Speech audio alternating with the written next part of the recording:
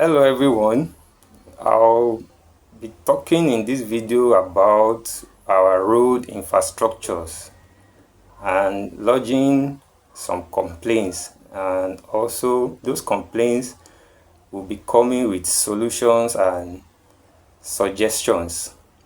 And my complaint is based on government and some of its agencies like LASMA, for example. And those guys do a lot of stupid things, and in their stupidity they do away with a lot of things that are questionable. And likewise, there are some other key positions in government that we have some maybe elected leaders or appointees leaders that are holding some key position in the government. They also do a lot of stupid things. When you look around the environment, you will see that a lot of blunders are being committed by these officials. And I say to you, all those government top people that does stupid things conduce to all of you. And no one, I don't expect anyone to come and ask me what's the meaning of conduce, because we've had someone suggested to us that maybe we can have our own kind of dictionary in this country whereby we can say eléyìí or èmi ló kàn. Eléyìí could mean someone that betrays, a betrayer, and èmi ló kàn can be someone who just showed up without having a concrete plans about what he wants to do for the people. And kundus could be maybe someone that does stupid things like mumu things that we see a lot of them do around, and they claim to be a leader that can show for the capacity and all those skills of a leadership. So yeah, quick one. I said I'll be doing my research or project on our road infrastructures, and one way is one of those aspects of the road that I'll be sharing with you guys.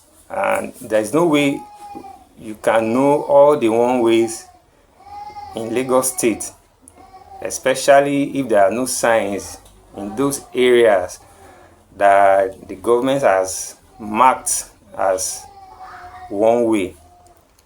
So, but I'll be sharing as much as I know, and if there is any other one ways that you know of that I'm not aware of, you can share with me in the comment section. We will take our time to go there and do our research and enlighten the public about it. If they have failed in their responsibility, then we can remind them of all these things that they know about, but they are not being proactive in doing them.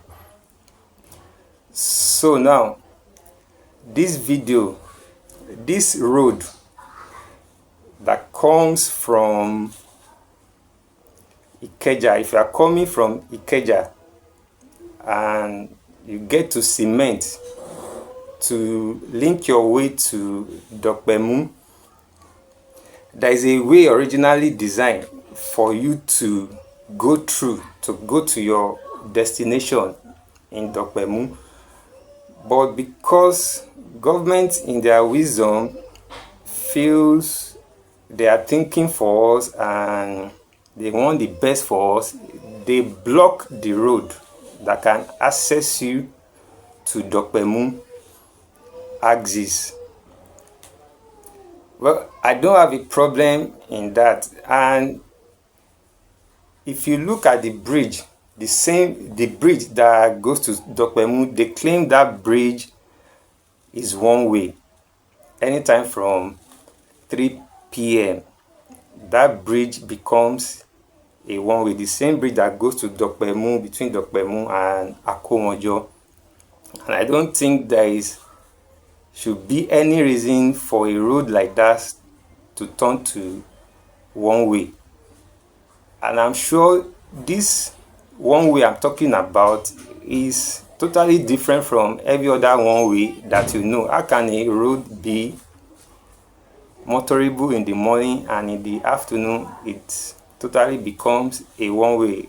When you look at the logic, you will realize that it's not something to write home about, but we will all accept it, because if they apprehend you on that road from 3 p.m., the officials will be quoting some laws for you that nobody should be an ignorance of the law, which I accept. I'm not going to change it. I don't have the power to change the law, and since we have been living with it, all these conditions, we just need to be enlightening ourselves more and more, because I fall a victim of this thing I'm talking about, and that's why I'm taking my time to share it with you guys.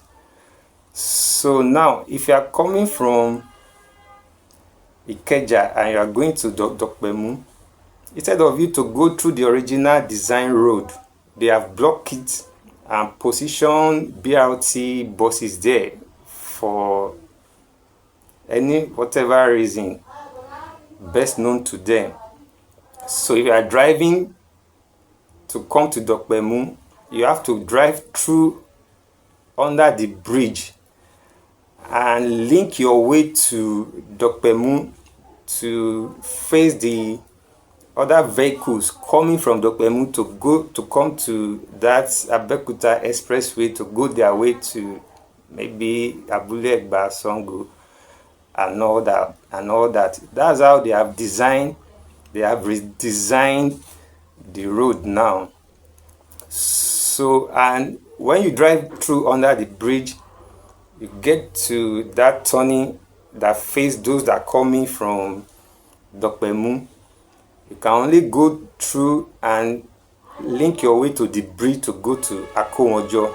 But from 3 p.m., you can't go through the roundabout when you enter from the curve after the bridge. You can't go through the roundabout and say you want to go to Dokpemu. You can be apprehended because the road becomes one way anytime from 3, because of the BRT buses that they have stationed there. And now when you climb the bridge, when you are coming from Akomojo, you can't climb the bridge at that time to come to Dokpemu. It also become one way from 3, from those coming from Akomojo.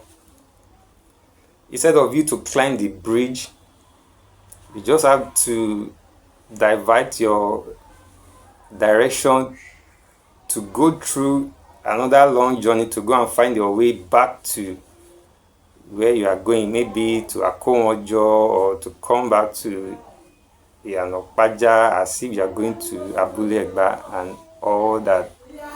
And this is the sign that they have put, the signpost they put that indicate that it's a one way from 3 p.m.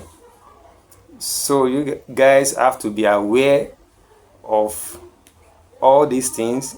You know, when it comes to one way, it's a very serious matter, and that's why you have to be aware, because if you are caught unaware climbing the bridge at that time, you can be apprehended. So, like I said, this is just one aspect of the road infrastructure that infrastructure, that other aspect of the road that needs to be that we need to talk about, I'll be sharing with you in my subsequent videos about all those other aspects of the road. Thank you very much.